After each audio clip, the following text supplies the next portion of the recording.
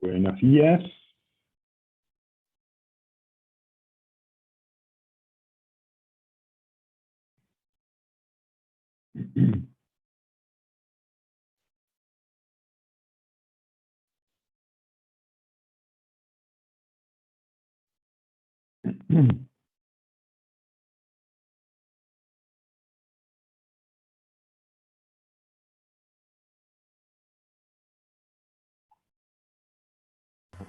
Hola, buen día.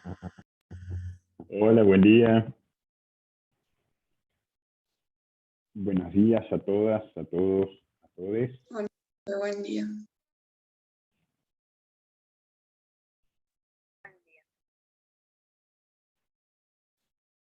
Somos poquitos todavía, a ver si se suman algunos compañeros y compañeras. Buen día, profe. Buen día.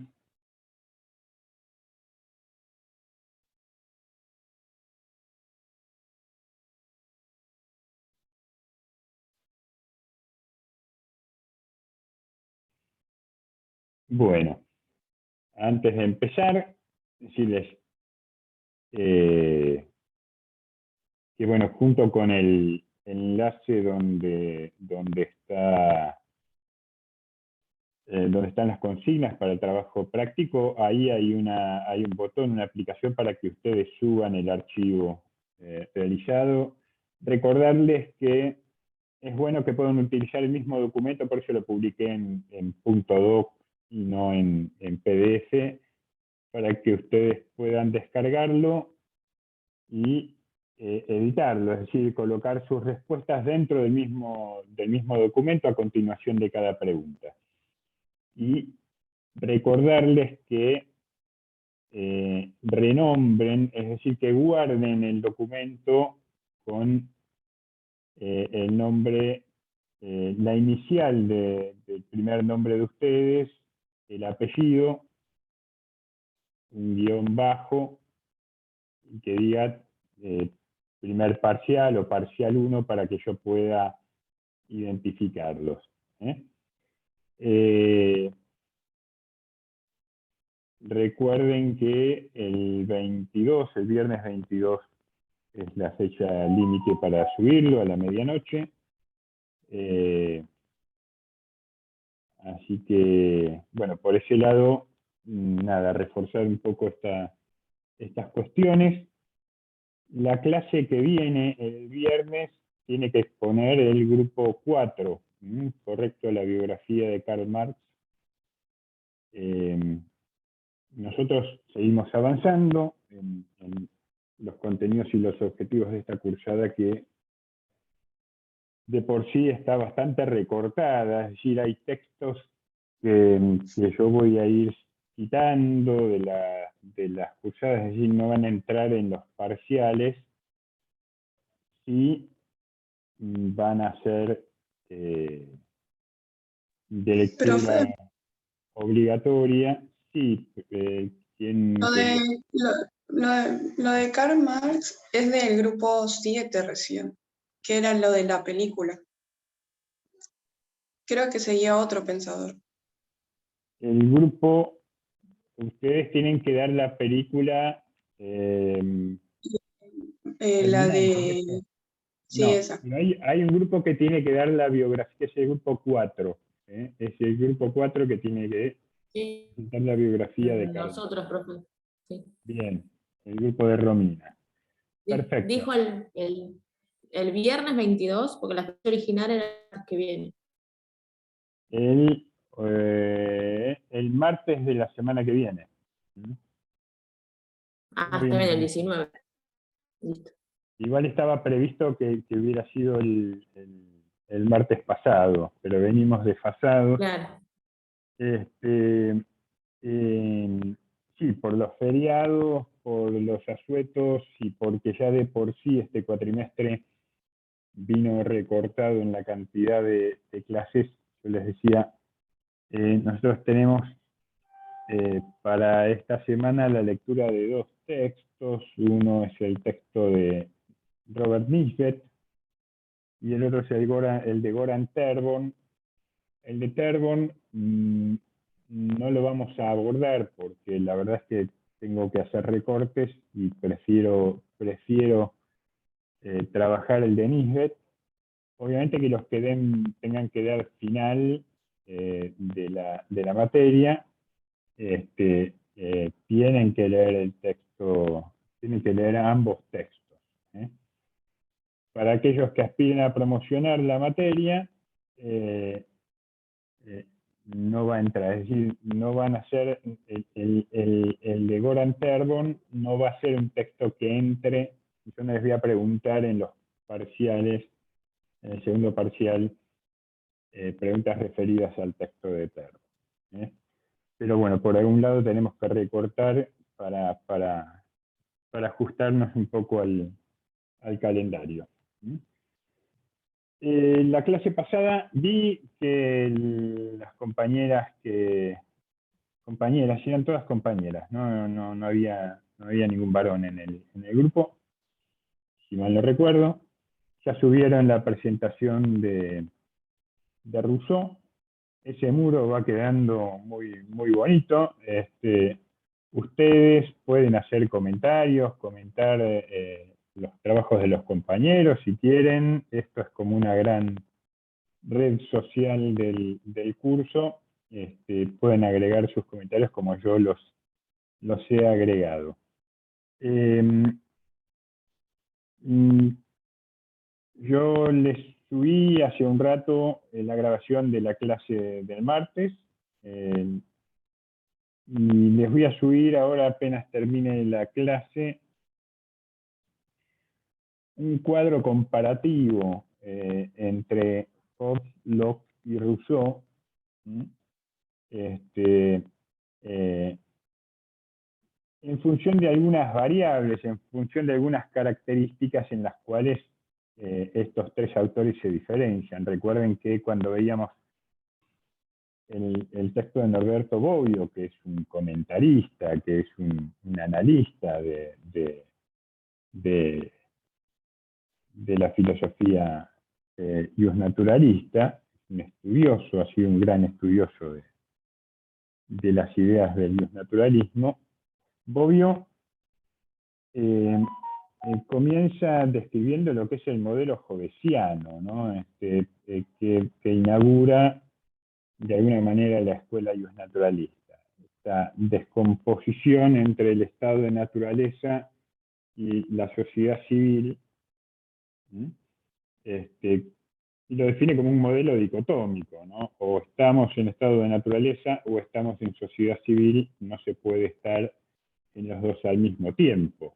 La sociedad civil es la negación del estado de naturaleza y el estado de naturaleza es la ausencia de sociedad civil. Y el pasaje de uno a otro momento se realiza mediante el contrato o el pacto social. Este modelo es el modelo que va a prevalecer en todos los autores del justnaturalismo, con algunas variaciones. El énfasis de Hobbes está puesto en la idea de la seguridad, digamos. Por eso decimos que Hobbes defiende de alguna manera las ideas del absolutismo monárquico. La idea del orden social, la idea de un orden que estructure las relaciones entre los individuos y que preserve la unidad de los nacientes Estado-nación, para él era lo primordial. Por supuesto que en su concepción el hombre en un estado de naturaleza es un hombre salvaje, individualista, egoísta, violento. El hombre lobo del hombre, en el cual todos los individuos de alguna manera corremos el riesgo de perder la vida en cualquier momento a manos de un semejante. Lo que él no quiere decir que en ese estado de naturaleza sea absolutamente negativo, porque en ese estado de naturaleza los hombres son libres e iguales, ¿sí? De todos modos, ¿sí? Pero para preservar de alguna manera su seguridad, su vida, los hombres pactan. Los hombres pactan para preservar su vida, su integridad, sus bienes. Es decir, para Hobbes, el individuo en el estado de naturaleza opera movido por el miedo, ¿sí? Por el miedo permanente. Locke, recordamos, escribe 70 años después, 60, 70 años después de Hobbes, en un momento en el que en Inglaterra ya se había definido esa situación de puja, de anarquía, se había volcado en favor de los liberales, de los burgueses, el absolutismo monárquico cede su poder, Inglaterra se transforma en una monarquía parlamentaria, un sistema monárquico condicionado por un parlamento que es fundamentalmente conducido por el ala liberal, por los Whigs, por los grandes comerciantes, por los librecambistas. Es la época en la que surge y se consolida como ideología el mercantilismo. El mercantilismo.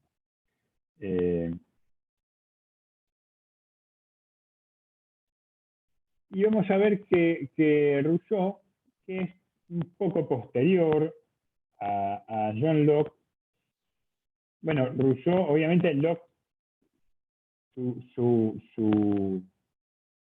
énfasis lo va a poner en la propiedad privada, porque hay que defender para Locke los intereses de esta clase emergente, de esta clase triunfante que es la burguesía, y la esencia de la burguesía es la propiedad privada, es decir, garantizar las condiciones para que la burguesía pueda ejercer sus negocios de manera libre e irrestricta.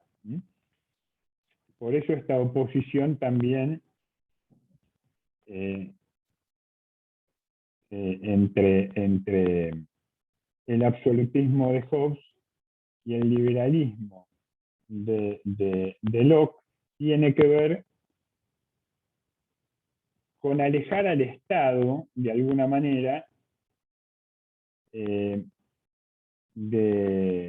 la intromisión en los negocios. El Estado no tiene que meterse en los negocios de las personas, no tiene, digamos, sacraliza de alguna manera la propiedad privada, sobre todo frente al poder y a la injerencia del Estado.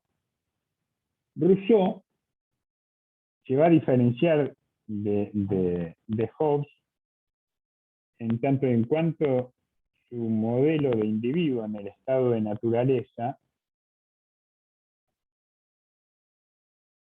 es la antítesis del hobbesiano. En el estado de naturaleza, Rousseau está pensando en los indígenas, en los pueblos originarios de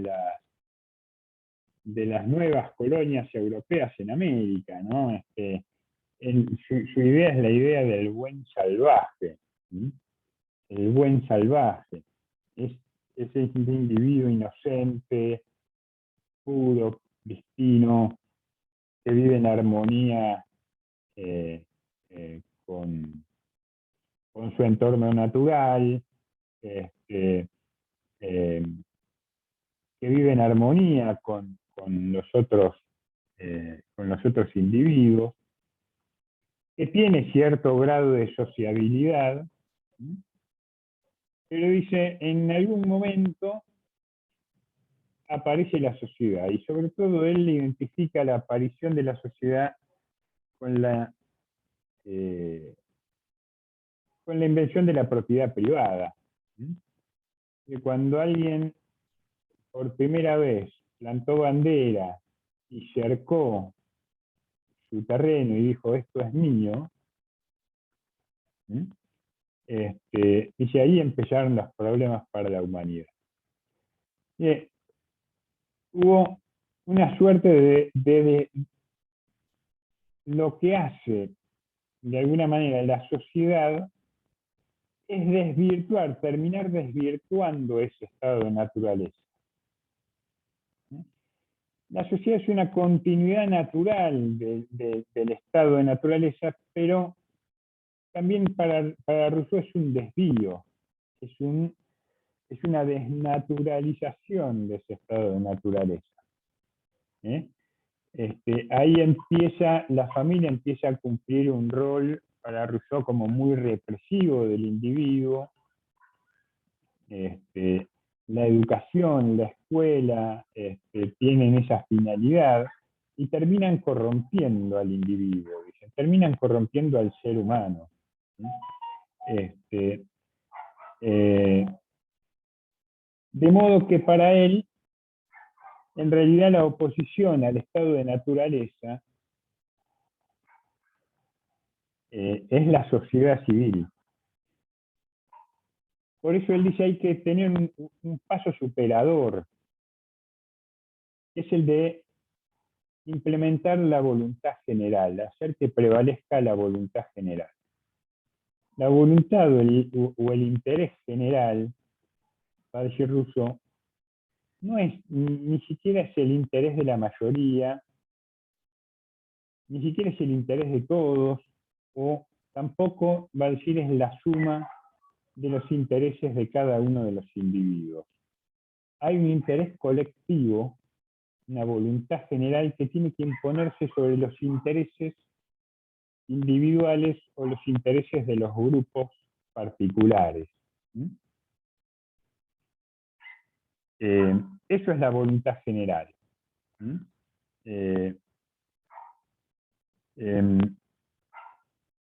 Por ejemplo, esa voluntad general está presente en el preámbulo de nuestra Constitución, ¿no?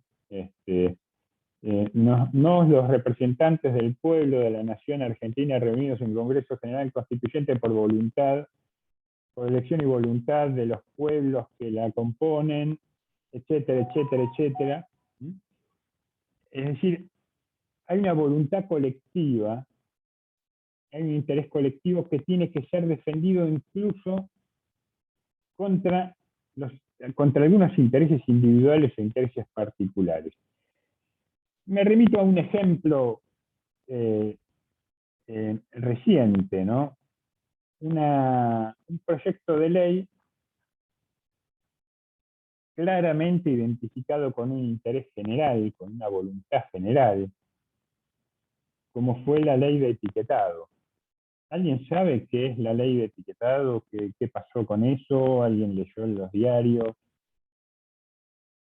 Ley de etiquetado de los alimentos. Nadie sabe qué sucedió. Tiene que ver con la información que tienen que tener los alimentos, ¿no? ¿Qué ingredientes tiene? Exactamente, Juan. Y que la oposición no dio quórum. Exactamente. Vivimos en un mundo en el que no sabemos lo que comemos. Buena parte de nuestros alimentos vienen ya preprocesados. Cuando vamos al supermercado, vemos un montón de alimentos que vienen envasados, procesados. Yo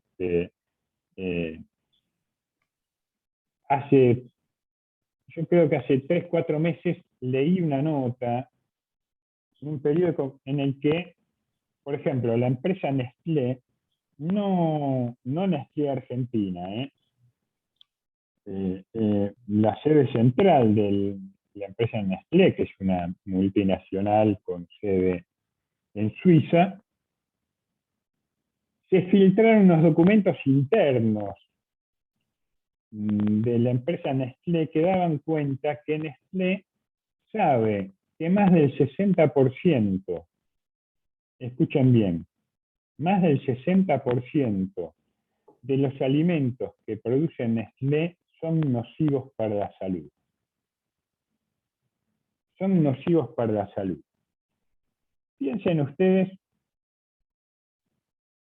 en qué alimentos consumimos a diario de la empresa Nestlé. Golosinas, leche en polvo, el cacao, el Nesquik. Yo no quiero dar las marcas, igual no estamos en televisión. Hay un montón de productos que a diario consumimos de la empresa Nestlé. Maneja casi la totalidad de los alimentos. Exactamente. Y no sabemos qué contienen esos alimentos. O presentan los nombres científicos de los elementos pero la gente, el común de la gente no sabe. En varios países ya se ha implementado esta ley de etiquetado.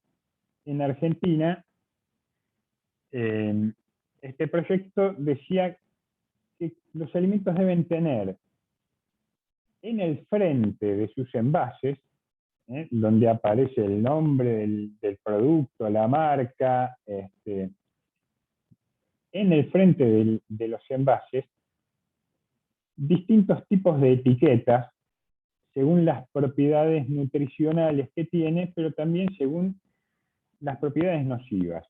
Por ejemplo, este producto contiene exceso de hidratos de carbono. Este producto contiene exceso de sodio. Para los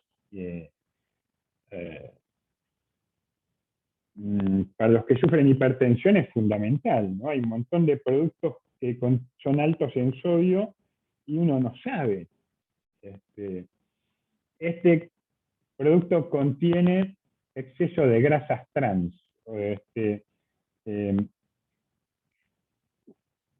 Es una serie de etiquetas que lo que hacen es informar al consumidor y después el consumidor elegirá, ¿no?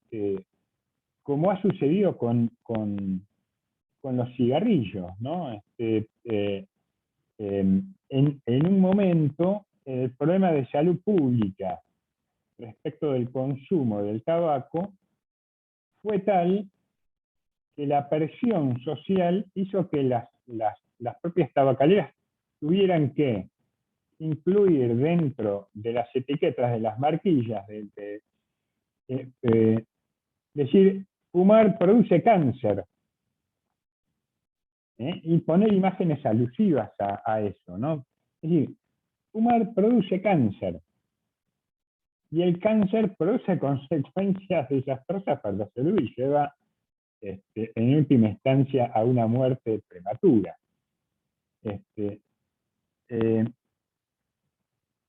Bueno, el bloque de la oposición, el bloque de Cambiemos, influenciado por el lobby, por la presión de las grandes empresas alimenticias, no dio quórum para tratar esta ley.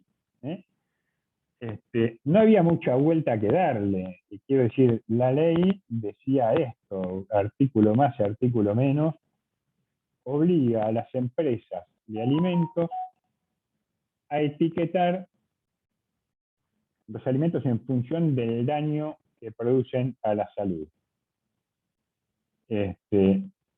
Por supuesto, aquellos alimentos que no producen ningún daño a la salud no tendrán que contener esas etiquetas, ¿no?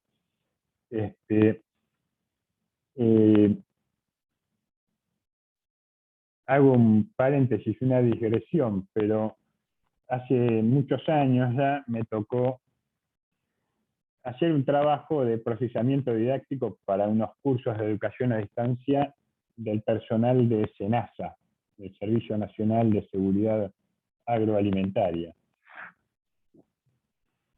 Y trabajaba con unos ingenieros agrónomos y veterinarios en un curso de procesamiento en plantas frigoríficas. Un trabajo muy interesante para mí porque aprendí cosas que no sabía, pero estos especialistas, estos profesores, más de una vez me dijeron, no quieras saber qué es lo que comes todos los días porque te vas a volver loco. Cuando compras un sachet de leche La Serenísima, no estás tomando leche. En realidad estás tomando un procesado de leche, de productos lácteos. ¿Por qué? Porque generalmente para conservar stock, las grandes empresas lo que hacen es disecar la leche, es decir, primero hacen leche en polvo, porque se conserva mucho mejor, y después en función de la oferta, la demanda, el stock y los precios, lo que hacen es diluir en mayor o menor medida esa leche. Vieron que hay veces que toman la leche y parece que es agua. Yo tengo un batidor de leche para tomar el café a la mañana, y hay veces en la que la leche sale con una espuma que rebalsa el batidor, y otras veces la batís y no hace espuma. Y uno se pregunta por qué. Y probablemente porque los contenidos o la proporción de leche diluida en ese sachet es mínima. ¿Qué tiene que ver esto con la voluntad general, con el interés general, con el interés colectivo? Probablemente a la Argentina le viene bien, le interesa que haya empresas a las que les vaya bien. Pero también esas empresas a las que les va bien son empresas formadoras de precios, son empresas formadoras de precio sobre aquellos productos de primera necesidad que consumimos los argentinos. Son empresas al mismo tiempo que exportan alimentos. Es decir, muchas veces lo que hacen los exportadores de alimentos, sobre todo los de materias primas, los de cereales, los de carne, como tienen que abastecer al mercado interno, pero al mismo tiempo exportar, lo que tienden a hacer es a exportar sus productos al precio internacional y abastecer al mercado interno al precio internacional también. Por eso nosotros pagamos el kilo de carne, no lo que el kilo de carne vale en función de la producción nacional, sino lo que el kilo de carne vale en el mercado internacional, que es mucho más. Porque en términos racionales y estrictamente de negocios, el interés particular del exportador de carnes o de cereales no es abastecer al mercado interno, es hacer negocios, es maximizar su tasa de ganancia. Ese es el objetivo de cualquier comerciante, de cualquier empresario. Entonces, no va a abastecer al mercado interno en función de sus costos, sino en función de sus expectativas de ganancia. Si yo produzco una tonelada de soja en el mercado interno, en el mercado exterior, si yo exporto, me dan $600 por cada tonelada que yo exporto, y yo tengo que vender esa soja en el mercado interno a 500, la voy a vender a 600 para equiparar mi tasa de ganancia. ¿Qué quiero decir con esto? No es que ese productor vendiendo la soja a 500 pesos en el mercado interno va a pérdida, sino que lo que hace es reducir esa porción que dedica al mercado interno, reducir ese excedente extraordinario que tiene en función del precio internacional. Por eso las famosas retenciones, ¿no? Por eso los productores, los empresarios y muchas veces los medios de comunicación que están en manos de esos mismos empresarios, el Grupo Clarín y el Grupo La Nación son los dueños de Expoagro, pero son los dueños de un montón de empresas agropecuarias también. Van a difundir Profe, que, sí, pero el Estado tiene su responsabilidad en permitir la formación de estos oligopolios, monopolios. por supuesto que sí, históricamente, históricamente es así, pero también el Estado, históricamente, en muchos periodos históricos, no siempre fue así. No siempre fue así. Durante muchos años Argentina tuvo lo que se llamó la Junta Nacional de Carnes, la Junta Nacional de Granos, que era la que regulaba el comercio internacional de estos productos alimenticios, ¿no? ¿En función de qué? No en función del interés de los exportadores, sino en función del interés general de toda la población. ¿Sí? Porque hay otra cosa. Estos productores en general se benefician de algo que se llama la renta extraordinaria, por la productividad extraordinaria que tiene la tierra en nuestro país y sobre todo en la región pampeana, ¿no? Nuestro país tiene unas ciertas características, con grandes praderas, con buenos regímenes de lluvias, con tierras fértiles, que no la tiene cualquier país. Y ese excedente se debe a estas características que son un bien social, que están más allá de la propiedad privada. Entonces, las retenciones no es una confiscación arbitraria que realiza un Estado sobre, sobre un bien, sobre la propiedad privada del pequeño productor agrícola, sino que es una retención, eso se llama, el Estado retiene esa porción que corresponde a esas características que son un bien social. No es que le está confiscando la producción, sino que está reteniendo una parte de ese excedente extraordinario que tiene los exportadores. Por supuesto, Juan, esto es una puja, es una puja de intereses. Por eso digo, no siempre ha sido así. Retenciones se aplican en todos los gobiernos, todos los países. No es una invención del populismo en Argentina, las retenciones.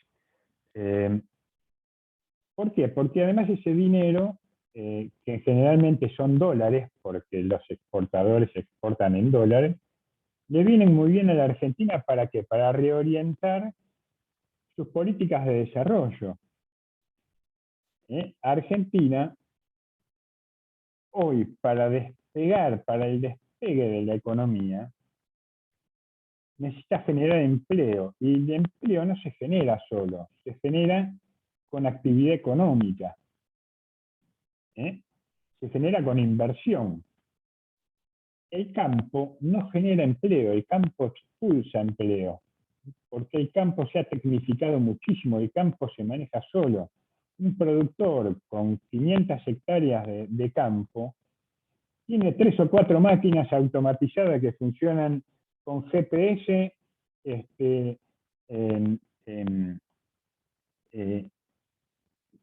remueven la tierra, aran, siembran, cosechan, trillan, prácticamente hay una persona que va controlando arriba la máquina del tractor mientras va tomando mate, pero ese proceso prácticamente está todo automatizado. El campo no crea empleo, lo que crea empleo es la industria. Producir materias primas, lo que se llama el extractivismo, no genera empleo en porciones muy reducidas. Lo que genera empleo es la industria. Lo que genera empleo es el conocimiento. Lo que genera empleo son las tecnologías de la información hoy por hoy. Y para eso es necesario generar inversión, y para generar inversión hacen falta dólares. Y el Estado tiene la función esa de reorientar esos intereses particulares. ¿Para qué? Para que haya un excedente de dólares que pueda volcarse a la inversión productiva, a la inversión industrial, a la inversión... Por eso la apuesta a generar universidades, por eso la apuesta también a fortalecer la investigación científica y tecnológica. Es fundamental, es necesario, porque hace un interés colectivo, al interés general, a la voluntad general. Por eso esta idea de Rousseau, ¿no?, de la preponderancia de la voluntad general, dice la voluntad general no es una limitación de las libertades, no tiene que ser una limitación de las libertades individuales, sino tiene que ser una limitación de los intereses particulares que se pretenden imponer sobre el interés general. Sobre el interés general. Entonces, si la obsesión de Locke, la pregunta de Locke, el problema que enfrenta Locke, o la gran pregunta sobre la propiedad privada, es decir, sobre la libertad que tienen los individuos para disponer de manera irrestricta sobre su propiedad, Rousseau va a introducir algo novedoso, que es esta voluntad general. Dice, ¿por qué? Porque la pregunta de Rousseau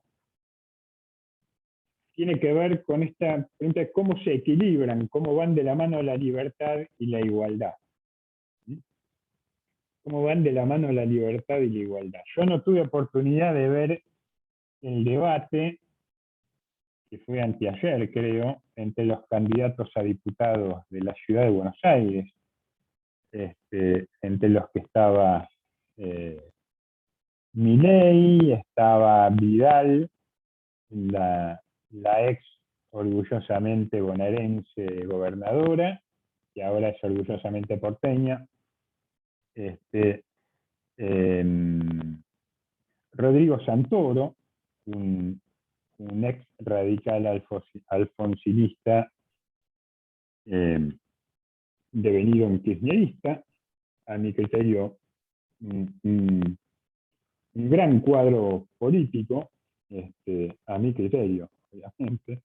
No me acuerdo quién, y la candidata de la izquierda, Bregman, otro cuadro político que a mí me gusta mucho,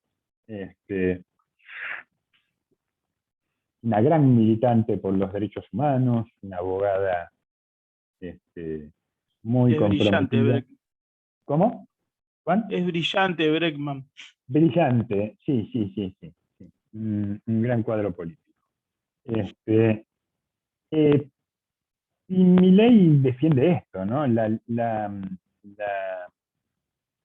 Es una especie de talibán del liberalismo, ¿no? Es una especie de fanático liberal, ¿no? Para un personaje como Milei, no existiría nada parecido a un interés general, o en todo caso, dice, el interés general es la suma de los intereses particulares. Entonces, la libertad que propone Milei es la libertad de que los grandes se terminen comiendo a los chicos, de que los poderosos terminen sojuzgando a los débiles, de que los explotadores continúen explotando a los que nada tienen. Esta es un poco la idea, porque el neonaturalismo, si bien como escuela de derecho tuvo una gran trascendencia como escuela jurídica que perdura hasta nuestros días. Hoy el derecho natural se sigue estudiando en las facultades de derecho de todas las universidades del mundo. En términos de teoría política, obviamente, y de teoría sociológica han sido superados, ¿no? Recordemos, como decía Bobbio, el justnaturalismo es una escuela filosófica sobre todo, ¿sí? Una escuela filosófica jurídica. ¿Sí? Pero sí han dado lugar también a distintas tradiciones, a distintas tradiciones políticas, a distintos movimientos sociales y políticos. Hobbes, vamos a ver ahora, la teoría de Hobbes tuvo grandes repercusiones en justificar el absolutismo monárquico. Locke ha sido prácticamente el fundador del liberalismo político y del liberalismo económico. Y Rousseau es considerado también como el antecedente inmediato tanto de ideas liberales, pero también de las ideas socialistas. ¿Sí? Por esta idea de la voluntad general, por esta énfasis que pone en la igualdad. Para Rousseau, el contrato social lo que viene a remediar son los males que produjo esta socialización defectuosa del individuo natural, digamos, ¿no? Esta aparición de la propiedad privada que terminó corrompiéndolo todo, corrompiendo al Estado, corrompiendo a la familia, corrompiendo a los individuos. Entonces, Rousseau también es considerado un antecedente del socialismo. El contrato social de Rousseau, entonces, a diferencia de Hobbes y de Locke, no es para resolver los males del estado de naturaleza, sino al contrario, para ajustar, para dar una vuelta de tuerca a las consecuencias nocivas de la sociedad que producen las sociedades humanas. Profe, Sí, ¿puede repetir recién lo del contrato social de Rousseau? claro, Rousseau, ustedes vieron que este modelo dicotómico del que hablaba Norberto Bobbio tiene dos momentos: estado de naturaleza, sociedad civil. O se está en uno o se está en otro. Rousseau tiene o agrega, digamos, una pequeña variación. Rousseau podríamos decir que hay un modelo casi tricotómico. Estado de naturaleza. En el estado de naturaleza, primero hay individuos, pero esos individuos son sociables, no son seres sociales, pero sí sociables. Entonces, en algún momento en la evolución de los grupos humanos, es corrompido. Se desvirtúa esta bondad inicial del ser humano, esta inocencia pristina, porque aparece la propiedad privada. Hasta entonces los hombres vivían en relativa armonía, en relativa paz, porque todo era de todos, porque había suficiente para mantener a todos satisfechos, para satisfacer, diría Marx, las necesidades materiales de los individuos. Esto sería algo así como el comunismo primitivo del que habla Marx, ¿no? El hombre en el estado de naturaleza. Y que en algún momento aparece la propiedad privada y con eso aparecen las desgracias para el ser humano. Entonces dice, el contrato social no está situado en el pasaje entre la sociedad, o entre el estado de naturaleza y la sociedad civil, como lo era para Hobbes y para Locke, sino que el contrato social está puesto en el pasaje de la sociedad civil a la sociedad política. Rousseau, la sociedad política es la encarnación de esa voluntad general. Es la decisión de autogobernarse de los hombres, para dejar de depender de los intereses particulares, de sus amos, de sus reyes, de sus monarcas, y darse autogobierno. Por eso muy bien las chicas del grupo 3, el martes pasado, señalaron, Rousseau tenía como modelo no la democracia representativa, sino la democracia participativa. Cada individuo tenía que expresarse libremente, pero además tener la información, toda la información necesaria para forjarse una idea acerca de cuál es ese interés colectivo, esa voluntad general, y expresarla mediante esa voluntad general. Por eso su modelo, decía, donde podía llegar a funcionar mejor estos sistemas era en la isla de Córcega, que es esa isla que está en el Mediterráneo, al occidente de la península itálica, debajo de Francia, porque era una isla con relativamente escasa población, y era fácil que cada hombre se expresara libremente sobre los asuntos públicos. El otro modelo era su ciudad natal, Ginebra, en Suiza, que era una ciudad-estado, también donde Rousseau suponía podía ejercerse de manera más ideal esta democracia participativa, ¿no? Abro un paréntesis, piensen ustedes hoy en nuestras democracias modernas, con millones de ciudadanos, la posibilidad de participar que tenemos es casi nula. Es decir, nosotros podemos expresarnos por sí o por no, como ese juego que hacíamos cuando éramos chicos, ni sí, ni no, ni blanco, ni negro, ¿no? Pero no podemos opinar todos los días acerca de las cosas que pasan, acerca de las cosas que están en juego. Sino cada 2 años elegimos representantes que se supone que nos van a representar. Pero ellos saben qué ideas tenemos nosotros sabemos qué ideas van a representar ellos de manera muy difusa.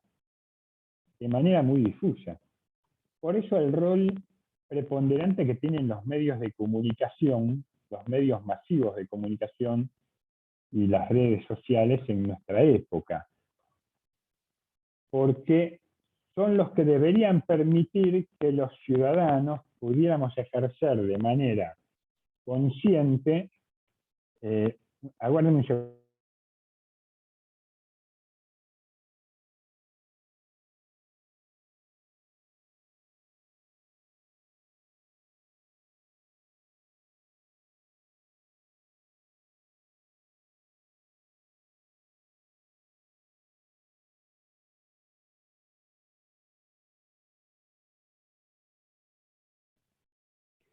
Hola. Les pido disculpas por la interrupción. Son los gajes de la virtualidad y los tiempos domésticos. Entonces, les decía, los medios de comunicación hoy cumplen esa función de intermediación. Nosotros nos enteramos de las cosas que pasan por los medios de comunicación. Los medios de comunicación, de ese modo, tienen la función tienen un rol social que cumplir, que es garantizar el derecho de los ciudadanos a estar informados, para poder ejercer de manera libre, plena y adecuada su propia ciudadanía. Ahora pregunto, ¿los medios de comunicación ejercen bien y adecuadamente ese rol hoy en día? Es un negocio, representan intereses. Es un negocio, exactamente. Cuando decimos que Clarín y La Nación, entre otras cosas, tienen intereses en el agro, en Argentina, nunca van a informar acerca de que las retenciones son un instrumento que defiende el interés general, por ejemplo, ¿no? Siempre se van a imponer. ¿Quiénes de ustedes medianamente leen diarios o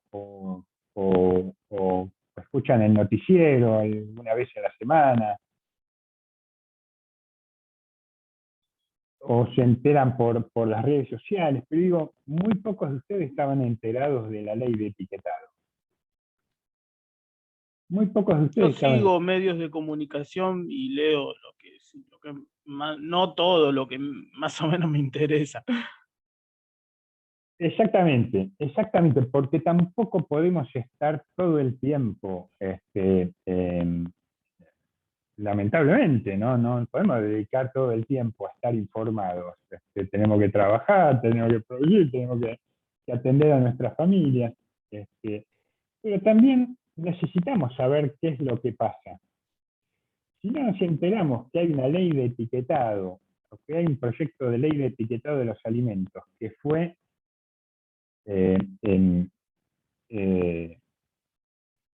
boicoteada por el lobby de las grandes empresas productoras de alimentos, ni nos enteramos, ni nos enteramos. Ustedes saben que el año pasado, cuando comenzó la pandemia,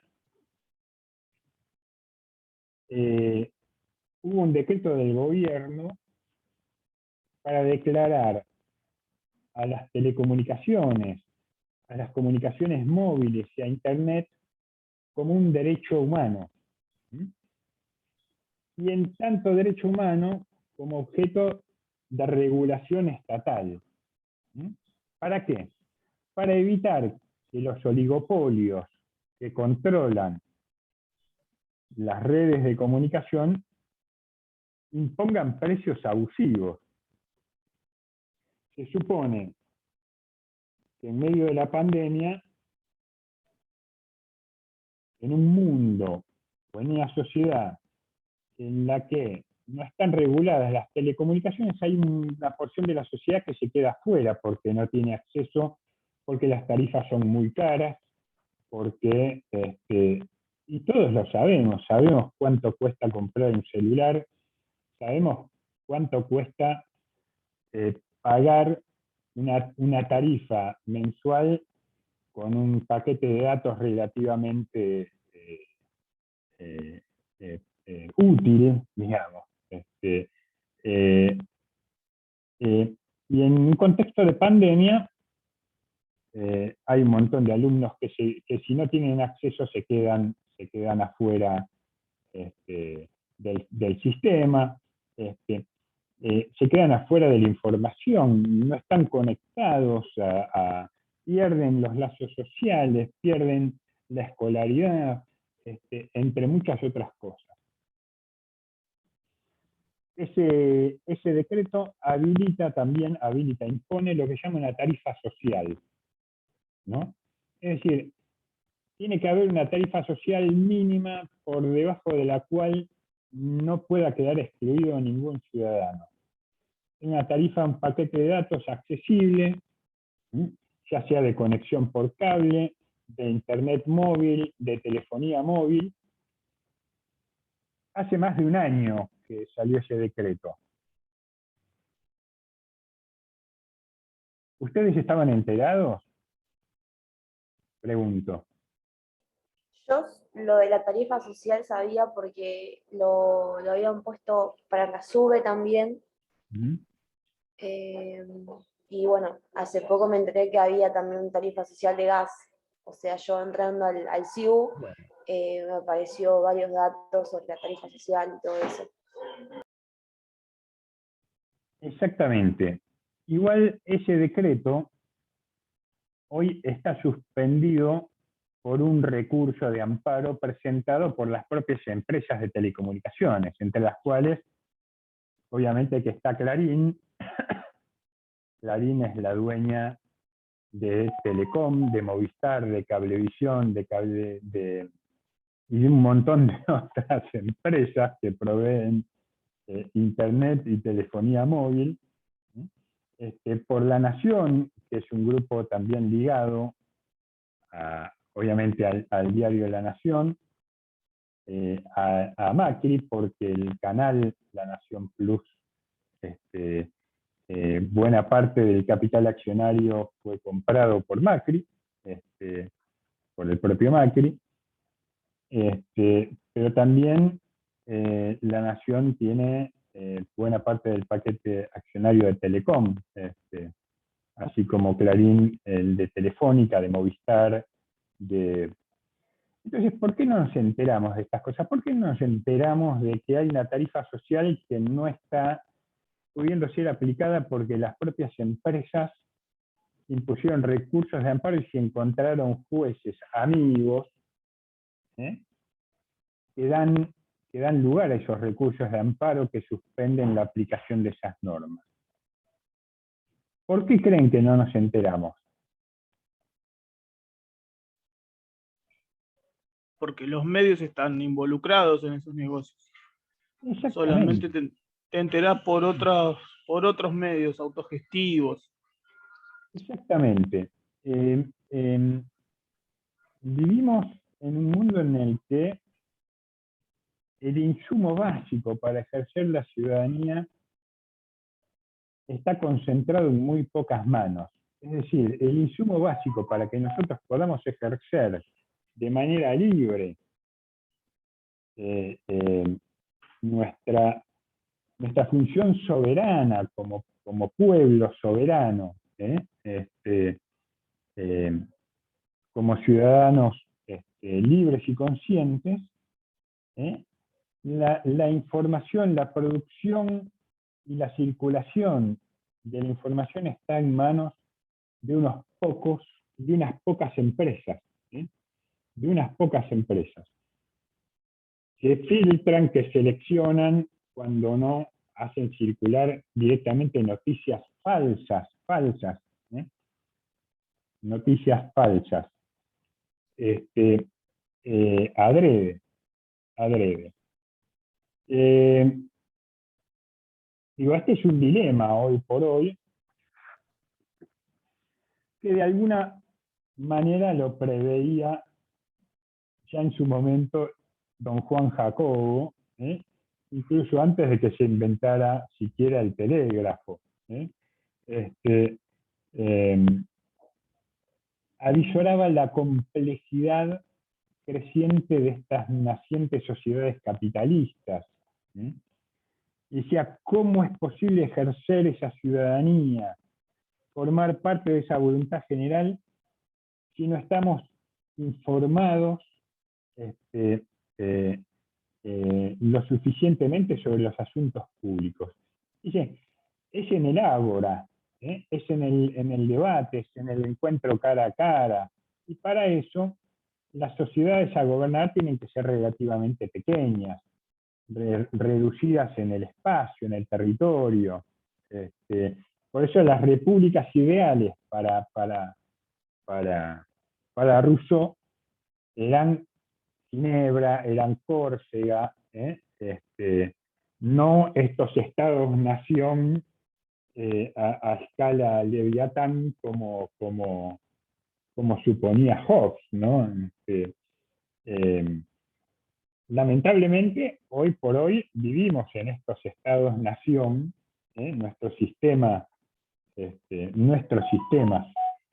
gobierno se conforman en base a estados-nación modernos, con economías capitalistas más o menos modernas, con poblaciones muy numerosas, mediadas por el mercado, y las consecuencias son estas, ¿no? Los intereses del mercado, los intereses particulares muchas veces se terminan imponiendo por sobre el interés general.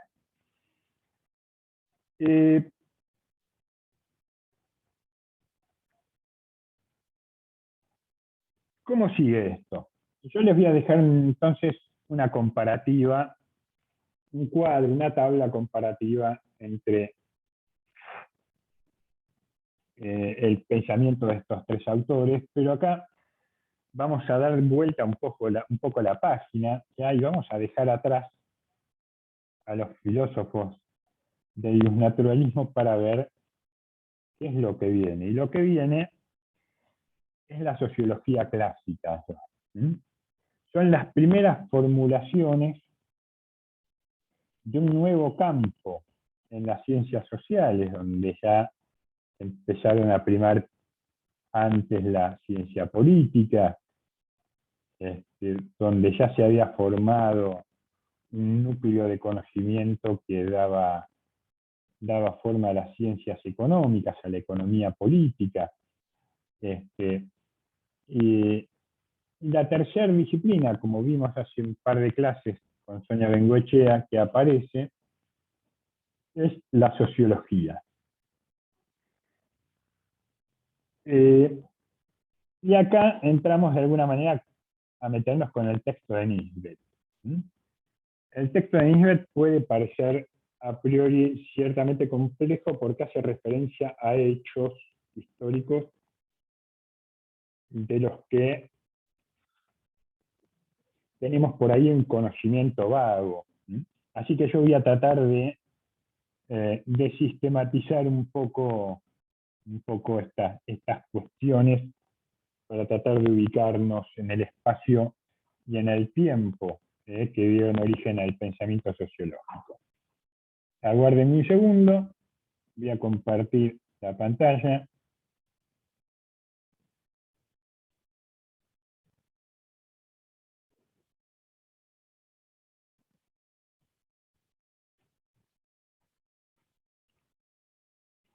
En el bloque de las clases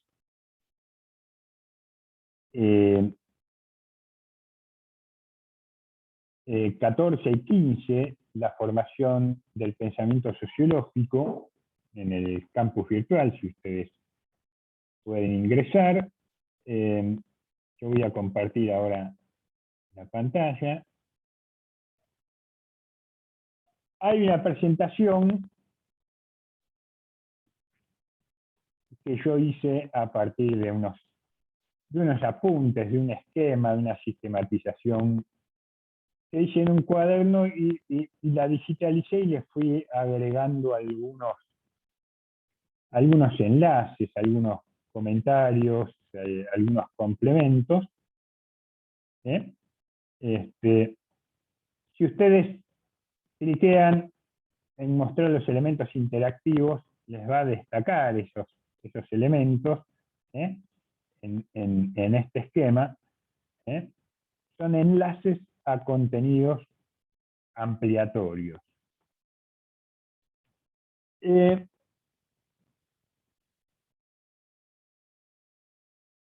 Básicamente, el texto de Nisbet nos va a tratar de ubicar en el momento en el que surge la sociología. Y la sociología clásica abreva en dos tradiciones del pensamiento social de Occidente. Una es la tradición de la Ilustración, fundamentalmente la tradición del naturalismo que nosotros hemos visto, que desemboca en el siglo XVIII, llamado el siglo de las luces. Por eso estos filósofos también son llamados iluministas. ¿Por qué? O racionalistas, porque ellos vienen a proponer la luz de la razón. La razón ilumina todos los órdenes del ser y del estar del hombre en el universo, de alguna manera. ¿Mm?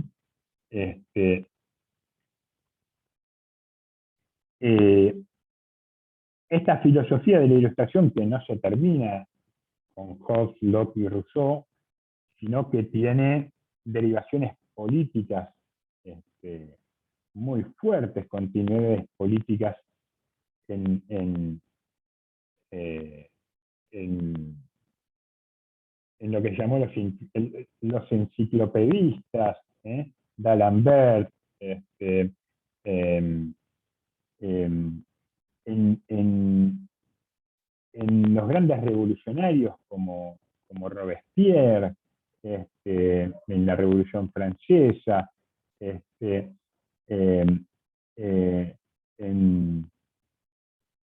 un montón de movimientos políticos. Dice, la Ilustración en lo político preparó las ideas de la Revolución Francesa y también del movimiento independentista americano. Y al mismo tiempo, las ideas que dieron lugar después, posteriormente a la Revolución Francesa, en todo el periodo de las revoluciones que se fueron gestando, sobre todo en la primera mitad del siglo XIX en Europa, en todos los países, en mayor o menor de Europa, la primera mitad del siglo XIX está marcada por lo que se conocen como las oleadas revolucionarias. Las oleadas revolucionarias. Ahora vamos a ver un poco más detenidamente qué son estas oleadas revolucionarias.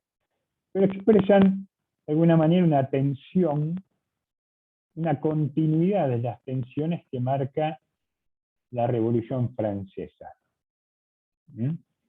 Es decir, está marcada por las luchas de clases. Las luchas de clases, los enfrentamientos entre las clases sociales. Un momento de profunda crisis política, como diría Gramsci, un momento en el que lo viejo no termina de morir, el antiguo régimen, el régimen monárquico absolutista, el ancien régime, no termina de morir, y en lo nuevo no termina de nacer. Las repúblicas parlamentarias, el orden burgués, pero al mismo tiempo ya están planteadas ahí las contradicciones entre ese nuevo orden que pugna por consolidarse, el orden burgués, y el movimiento proletario. Es decir, a la vez que pugna por consolidarse el poder burgués ya empieza a ser contestado por las propias revoluciones proletarias.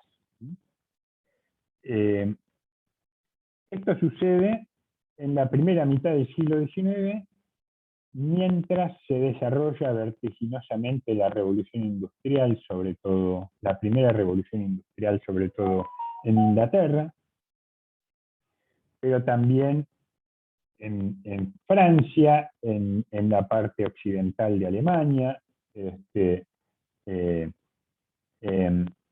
donde empieza a consolidarse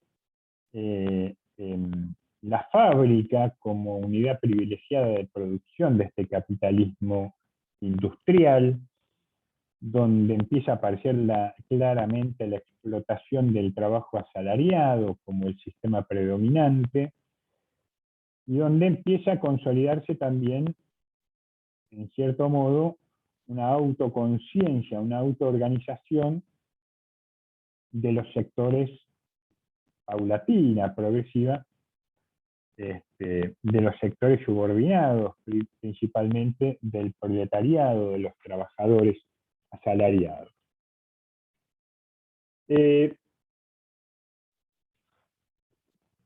Para hacer una especie de raconto histórico de qué es lo que pasa, muy brevemente, en términos políticos,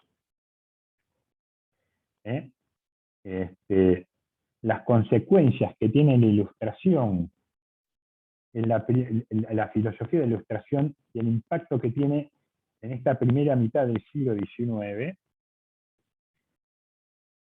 mencionar esto que se llamaron las tres oleadas revolucionarias. Tres oleadas, o las revoluciones liberales, también se las conoce como las revoluciones nacionales. Europa,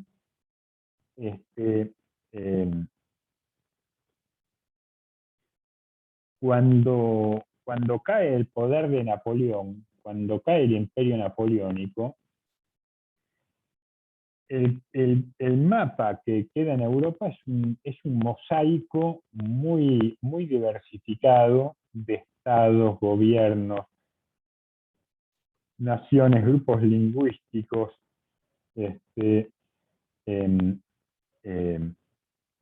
dinastías monárquicas, familias, familias nobles que se disputan la soberanía de distintos estados. Recordemos un poco, 1789, la Revolución Francesa, la toma de la Bastilla. Voy a ser brutalmente breve y elíptico. La Revolución Francesa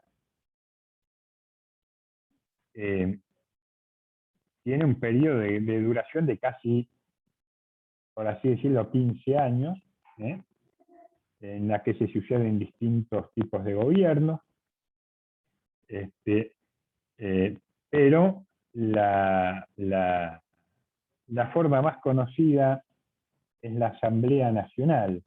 Recuerden, Luis XVI es degollado, y su esposa también, en la guillotina, en París. Se da por concluido el poder monárquico. Francia asume una forma de gobierno republicana, dominada principalmente por la Asamblea. En ese momento se dan ciertas pugnas durante esos años de la Revolución Francesa por distintos sectores que buscan radicalizar la revolución, es decir, llevar la revolución más allá de sus propios límites, o decir, bueno, los burgueses, la gran burguesía dice, no, muchachos, hasta acá llegamos, hasta acá llegamos, ya tenemos república, ya tenemos monarquía, tenemos una Asamblea Nacional que gobierna, por supuesto, donde los burgueses tenían mayoría en la representación política, ahora no hagamos solas.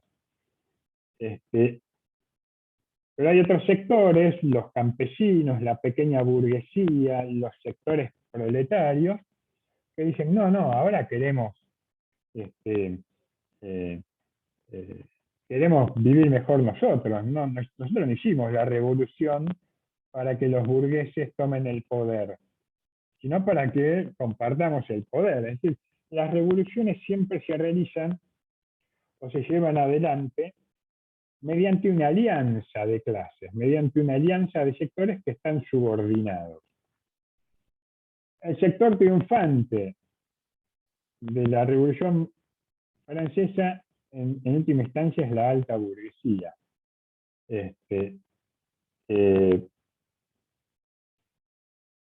Ahora, la Revolución Francesa asume a Francia en un gran caos político, ¿no? Es en términos políticos, valga la comparación, un terremoto, un cataclismo, se da vuelta el orden social, literalmente, se pone todos patas para arriba. La Revolución Francesa, en su versión más jacobina, más radical, confisca los bienes de la iglesia, confisca los bienes de los nobles, incluso terminan modificando el calendario, el propio calendario, cómo se denominan los meses, los días de la semana, porque estaban muy influenciados por la visión cristiana que tenía la Iglesia, ¿no? Nuestro calendario, los meses tienen que ver con el calendario juliano, con el calendario impuesto por el Papa Julio. La denominación de los meses tiene que ver con toda la tradición latina y cristiana de la Iglesia. Entonces se arman un calendario nuevo, y hay que poner todo patas para arriba, ¿no? Y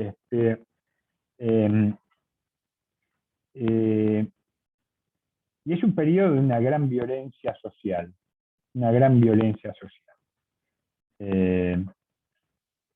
los jacobinos imponen lo que llamó el Comité de Salud Pública, que terminó pasando por la guillotina a todo cuanto restaurador del absolutismo monárquico que se opusiera, pero después fueron también pasados por la guillotina aquellos sectores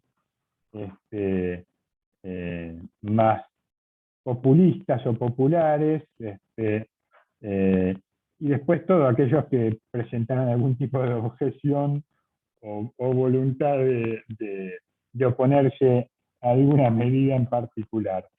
De modo que este caos político da lugar al surgimiento de una figura providencial, entre comillas, que fue la de Napoleón. Una figura ascendente durante los últimos años de la Revolución Francesa, un militar de carrera, de origen plebeyo, no tenía origen noble, pero que a través de sus distintas campañas militares termina ganándose el favor de la Asamblea y termina subiendo al poder mediante una suerte de golpe de Estado.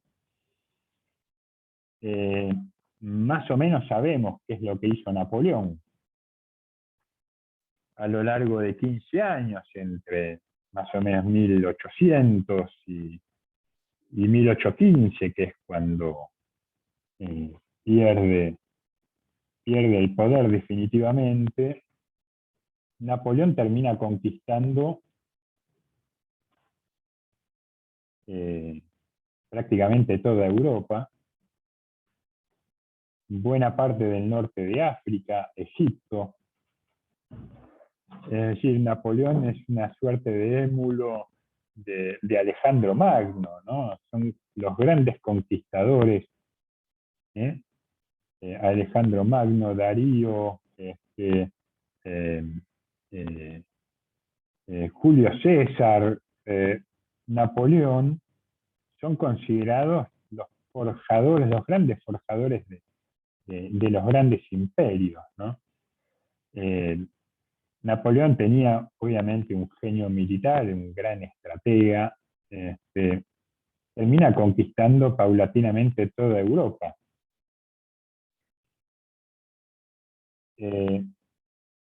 ¿Dónde empiezan los problemas para Napoleón? ¿Alguien sabe?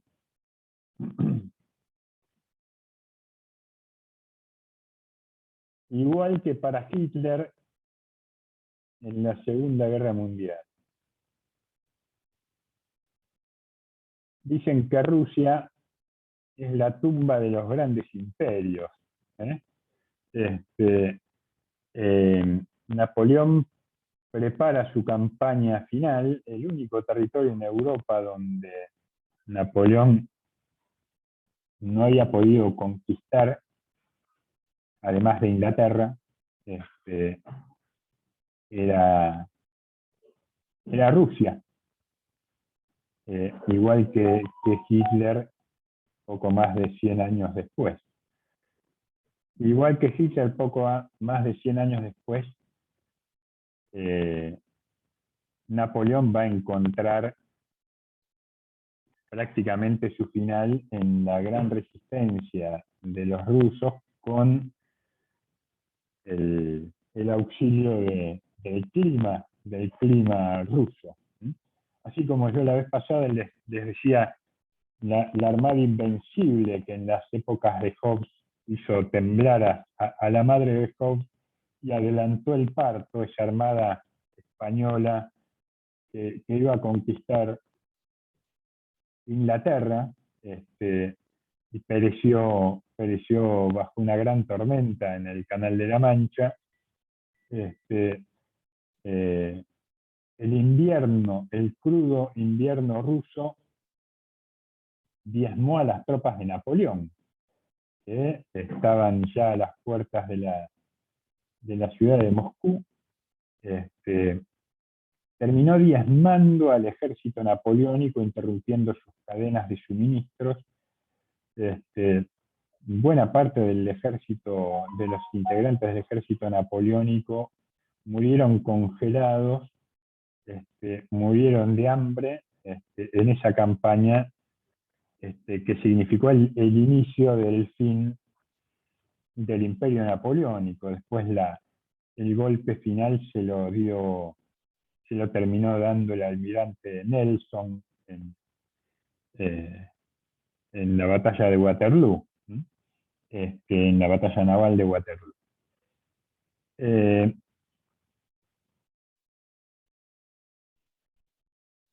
¿Qué quiero decir con esto?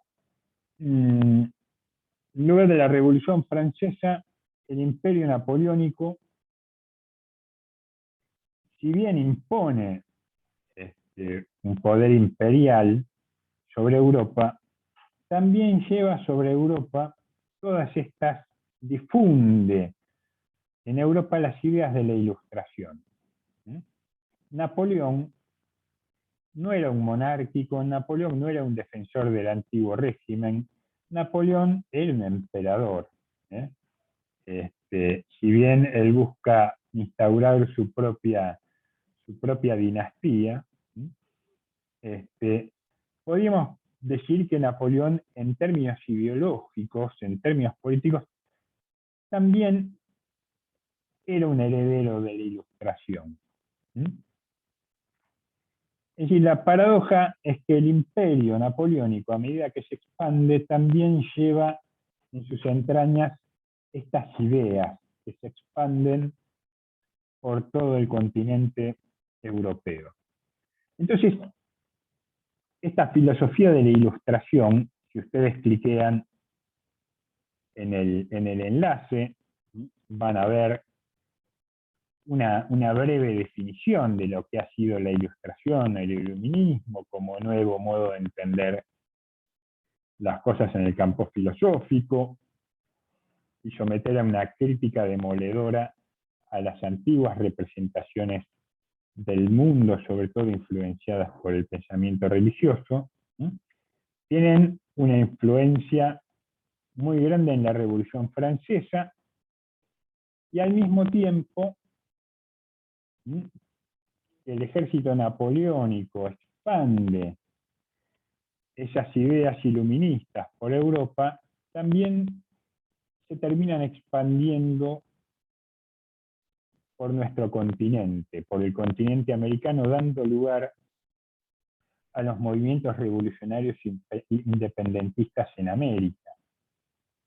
En términos militares y políticos, Bolívar, San Martín, Simón Rodríguez, que fue el mentor de Bolívar, el propio Francisco Miranda, Mariano Moreno, Manuel Belgrano, eran unos grandes admiradores en lo militar y en lo estratégico. San Martín y Bolívar pretendían ser los Napoleones de América Latina, digamos, los genios militares que unificaran el continente bajo un mando bajo la soberanía popular, digamos, ¿no? Independiente del imperio español. Recordemos que el rey Fernando VII, cuando explotan los movimientos revolucionarios en América Latina,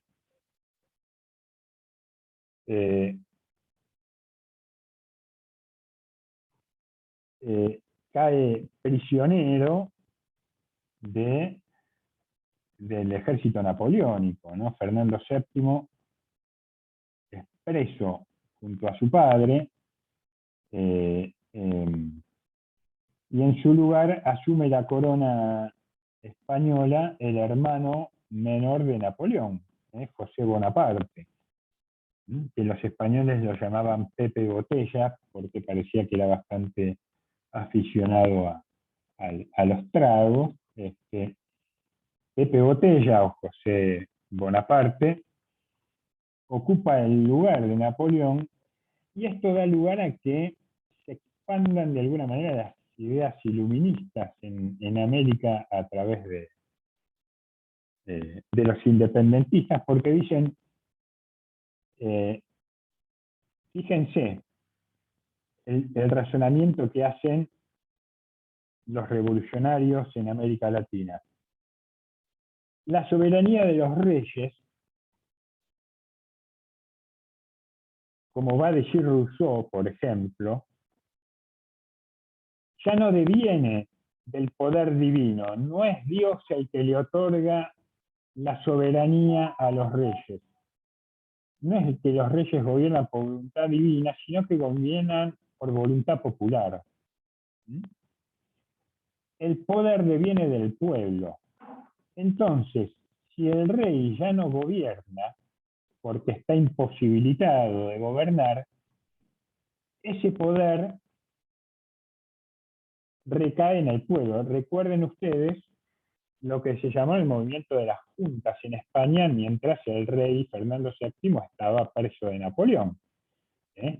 Las juntas eran los poderes locales, ¿no? Los burgueses se juntan, primero la Junta de Sevilla, la Junta de Cádiz, el ejército napoleónico los va acorralando, y desde Cádiz pretenden gobernar al continente americano. Pero los independentistas dicen, no.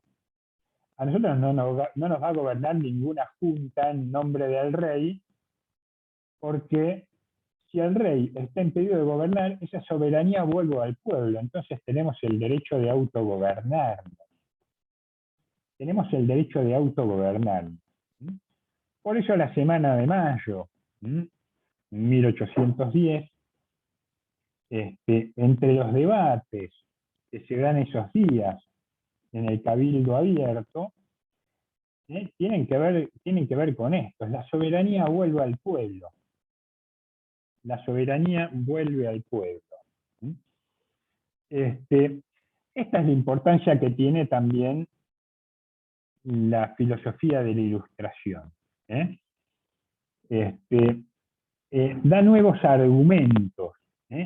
Entonces, en lo filosófico, esta filosofía de la Ilustración, primero, litiga contra la escolástica, contra la preponderancia de la verdad revelada por sobre el conocimiento empírico y racional. Se enfrentan contra los metafísicos. La Ilustración tiene fuertes influencias del empirismo inglés, fundamentalmente de Francis Bacon, del racionalismo. El iluminismo tiene una gran fe en el progreso, una gran fe en la unicidad de la ciencia y en la universalidad de la realidad que está sujeta a leyes. Entonces, preparó las ideas en lo político de la Revolución Francesa, ideas que perduraron, que fueron de alguna manera diseminadas por todo el continente europeo junto con el ejército de Napoleón. Esta es la primera tradición del pensamiento social en Occidente.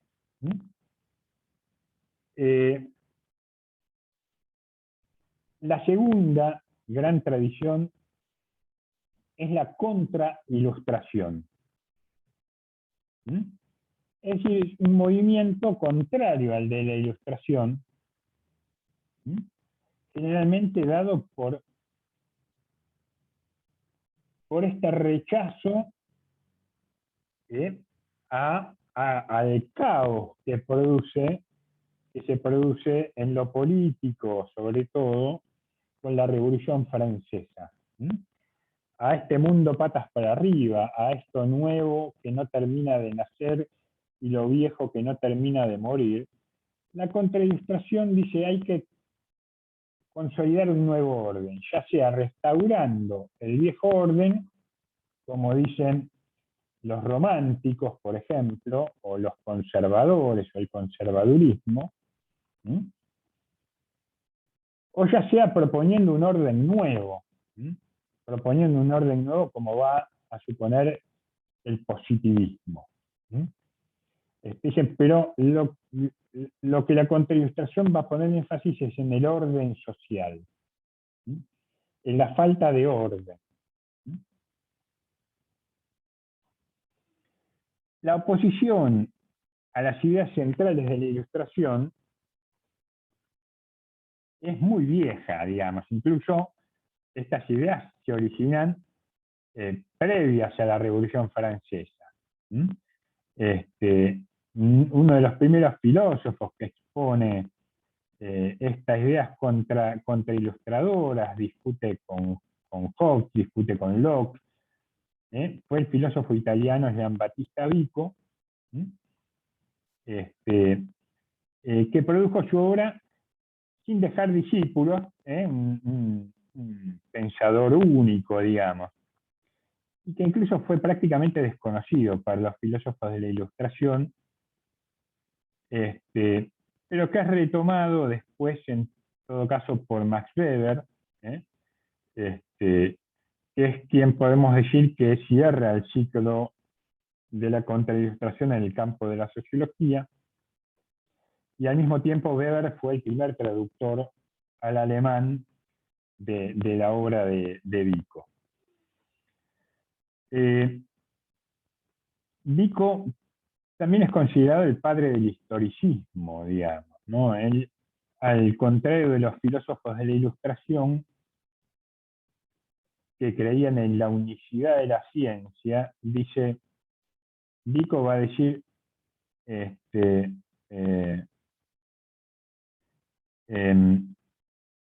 la historia tiene su propia lógica, y las sociedades tienen su propia lógica, independiente de la lógica que tiene el conocimiento de las ciencias naturales. Por ende, no podemos aplicar el mismo método científico de las ciencias naturales a las ciencias sociales. La historia tiene su propio método. Más que el método nomológico deductivo que suponía las ciencias físicas, Vico va a proponer el método inductivo. Y si la historia tiene sus propias regularidades, sus propias normas, sus propias reglas que no se pueden interpretar bajo el método de las ciencias naturales. Vico propone una historia que después es retomada por Max Weber y por muchos otros pensadores, de este carácter cíclico de la historia. La historia avanza, pero mediante rulos, digamos, ¿no? Va haciendo este avance, como la cola del chancho. Él hablaba del corsi y el recorsi, el curso y el recurso de la historia. Marx va a decir algo respecto, porque Marx también es en cierta medida un historicista, acerca de que la historia a veces se repite, ¿no? Primero como farsa y después como tragedia. La historia se repite, pero nunca de la misma manera.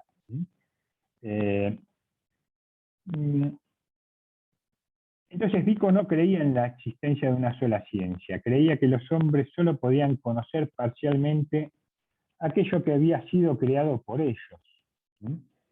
Una cosa es comprender lo dado y otra cosa es comprender aquello que es creado por nosotros mismos. El lenguaje, las sociedades, la historia. Entonces, Vico propone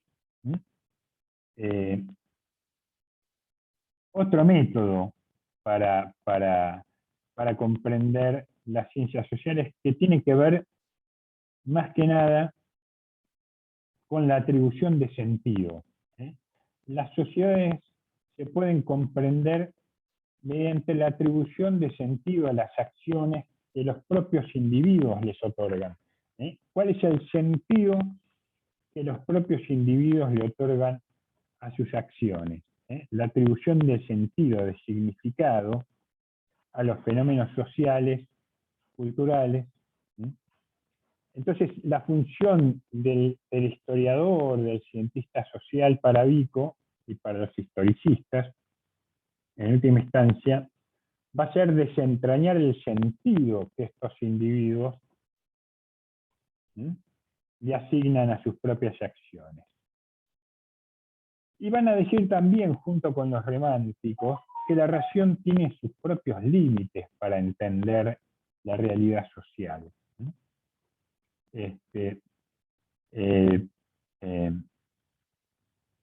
La finitud humana,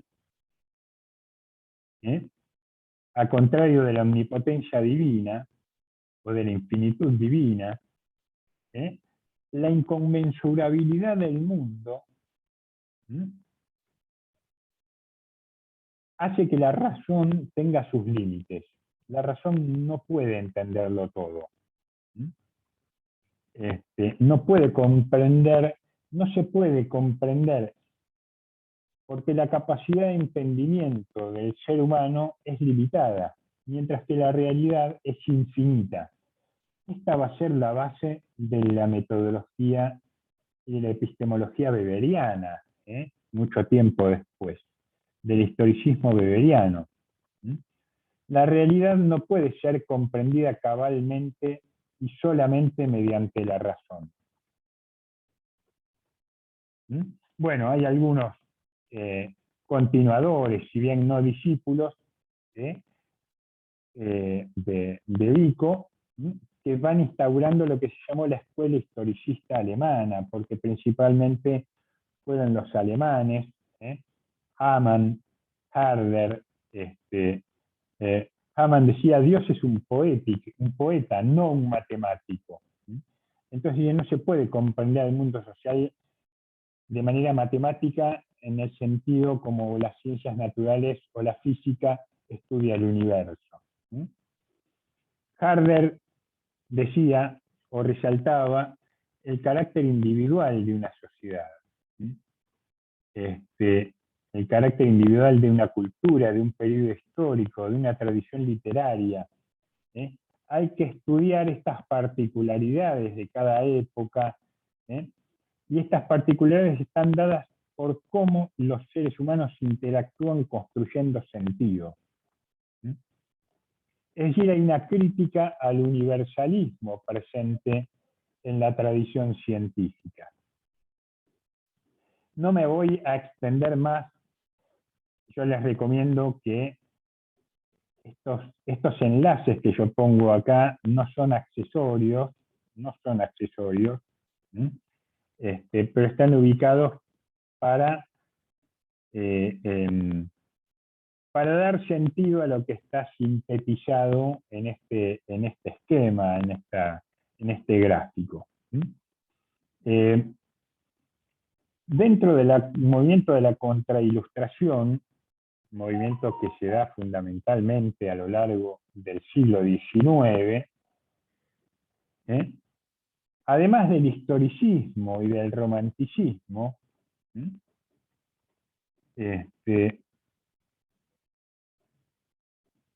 tiene lugar otra escuela de pensamiento que es el positivismo. El positivismo, si bien en términos metodológicos y epistemológicos recibe una fuerte influencia de la filosofía de la Ilustración, en términos de suponer una fuerte afirmación del método racional, del método científico, que el positivismo se va a diferenciar del historicismo en su plano más filosófico y epistemológico, porque va a ser fuertemente influido por la filosofía de la Ilustración. El positivismo va a defender esta unicidad de la ciencia, la universalidad de la razón,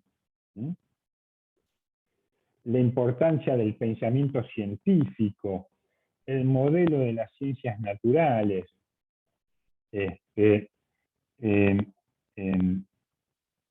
pero al mismo tiempo va a criticar fuertemente, se va a oponer fuertemente a las consecuencias políticas de la Ilustración, a las consecuencias de la Revolución Francesa, a lo que se llamaron los grandes ciclos revolucionarios o las grandes oleadas revolucionarias en Europa, sobre todo en la primera mitad del siglo XIX, la Revolución de 1820, la Revolución de 1830, la Revolución de 1848, o las revoluciones,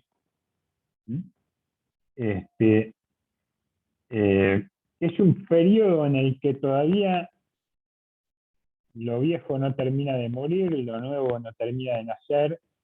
Pugnan, como decía hace un rato, el absolutismo monárquico, que a veces se impone con la restauración, lo que llamó la restauración monárquica, con periodos de ciertas monarquías parlamentarias en Europa, como la que surge en la Revolución de 1848 con la consolidación la Revolución de 1830 con la llegada al poder de Luis Felipe de Orleans. 1830 supone la pérdida del poder de los absolutistas monárquicos, la caída del rey Carlos X, que era el hijo de Luis XVIII, que había sido repuesto en el poder 10 años antes, en 1820, pero se impone esta idea de soberanía popular, la idea de que el poder del monarca no proviene de Dios, sino que proviene del pueblo, y esto está presente en la Constitución resultante de esta revolución. Luis Felipe gobierna ya como un monarca cuyo poder no es soberano, la soberanía está en manos del pueblo. Y por ende, en la Asamblea Nacional, va perdiendo progresivamente su poder la Cámara de los Pares, que era hereditaria, era la Cámara de los Nobles, y parece que mi mascota no está muy de acuerdo con lo que te estoy diciendo. Monárquico. Está ladrando acá al lado. No está muy de acuerdo. Me decía, el gobierno de Luis Felipe cabalga entre 1830 y 1848 entre estos poderes, ¿no? El poder restaurador de los nobles que va perdiendo vigencia, la Cámara de los Pares, la Cámara de los Nobles en la Asamblea Nacional va perdiendo poder en manos de la Cámara de Diputados, que estaba mayormente compuesta por ciudadanos burgueses. Es decir, la burguesía va pujando, va desplazando progresivamente al poder de los nobles, expresado sobre todo en el absolutismo monárquico. Y ya la Revolución de 1848 acaba con la Europa de la restauración absolutista.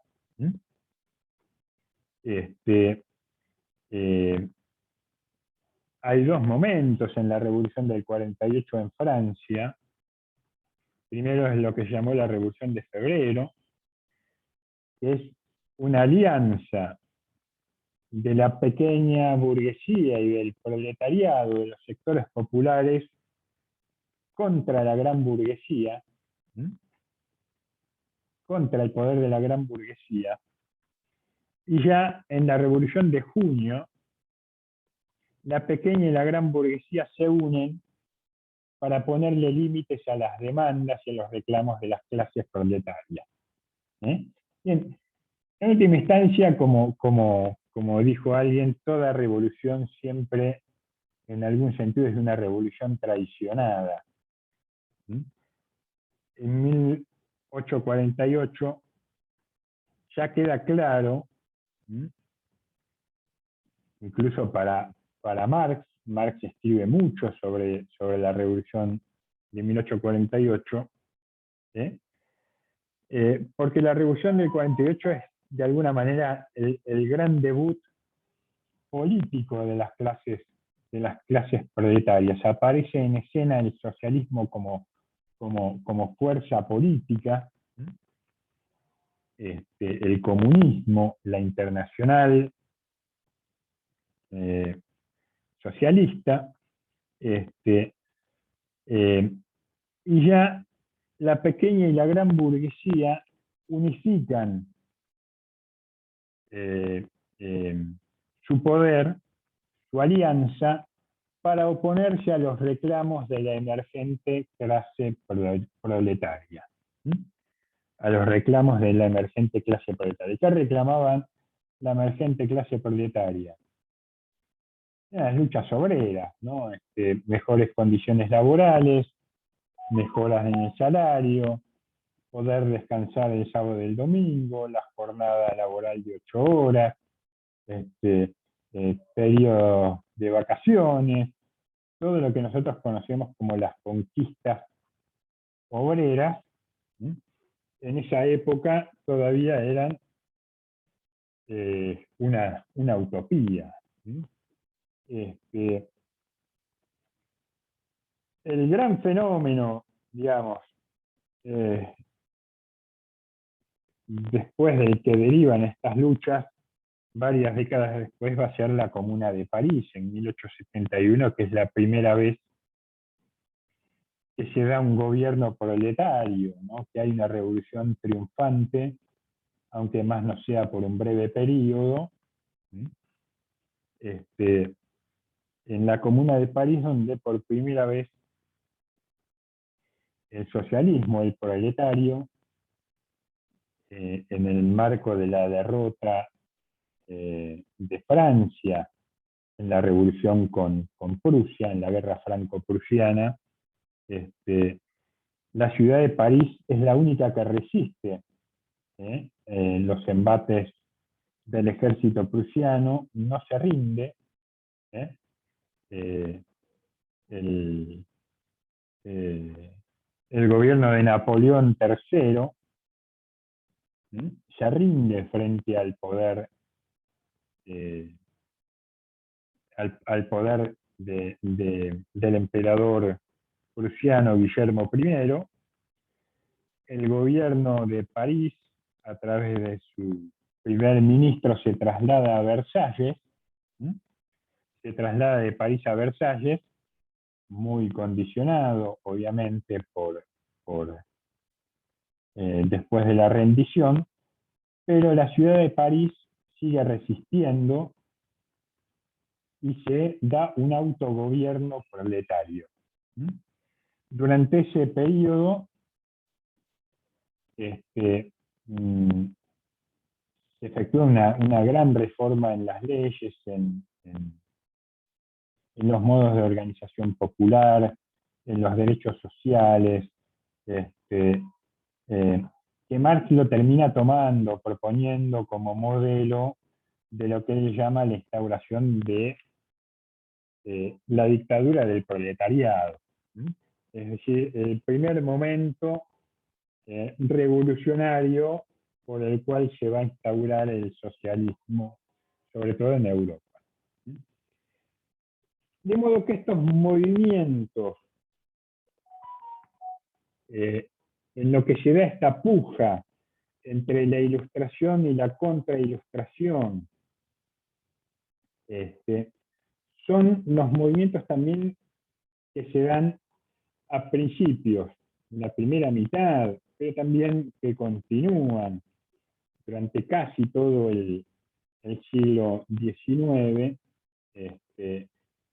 esta puja entre las revoluciones burguesas, la restauración monárquica, absolutista, pero al mismo tiempo, en la medida en que se van consolidando el poder burgués, empieza a aparecer una contestación a este nuevo orden que busca consolidarse, a este nuevo orden burgués, liberal, por parte de las clases proletarias. Todo el siglo XIX es un siglo muy conflictivo, muy conflictivo. Y por eso la contrailustración va a tener esta idea de orden social como su norte. Los romanticistas, los conservadores, van a proponer restaurar el viejo orden. Los positivistas van a decir, no, hay que instaurar un nuevo orden, pero sobre nuevas bases. Sobre las bases de la ciencia, de la ilustración, del racionalismo, del positivismo. Por eso, el positivismo se autodenomina positivista porque en lo social dicen, nosotros venimos a afirmar positivamente un nuevo orden social contra las consecuencias negativas que tuvieron las revoluciones, sobre todo la Revolución Francesa, este desorden social, este caos. Pero ese orden se tiene que fundar sobre nuevas bases. Sobre una religión laica, va a decir Augusto Comte, en su Catecismo de los Industriales, una nueva ideología. Las ideas positivas tienen que ver con consolidar este nuevo orden en manos de esta nueva clase social que es la burguesía. Esto lo vamos a continuar viendo la clase que viene. No dejen de leer, por favor, el texto de Nisbet. Vamos a trabajar estas nuevas ideas elemento que surgen con la sociología. Yo ahora les voy a habilitar el contenido de este nuevo bloque y un esquema que complementa a este cuadro sinóptico que yo les he dejado. Entonces recuerden la clase que viene, el martes que viene vamos a terminar con este texto de Nisbet, y en la segunda mitad nos vamos a meter directamente con la biografía de Carlos Marx. ¿Preguntas, dudas, consultas? Profe, entonces sociología clásica son las que se basan los tres pensadores, como vamos a ver próximamente, ¿verdad? Exactamente, cuando nos referimos a la sociología clásica, nos referimos a Marx, a Durkheim y a Max Weber principalmente. Son los que dieron origen a la sociología como pensamiento científico, pero a partir de estas dos tradiciones diferentes, o de estas tres tradiciones, digamos. La ilustración y la contrailustración, ya sea a partir de su matriz historicista o romántica, o a partir de su matriz positivista. Gracias. De nada. Nos vemos entonces el martes que viene. Que tengan un buen Chao, fin de profe. semana. Chau, chau. Gracias, Marta. profe. Buen fin de semana. Adiós. Chao, profe, buen fin de semana.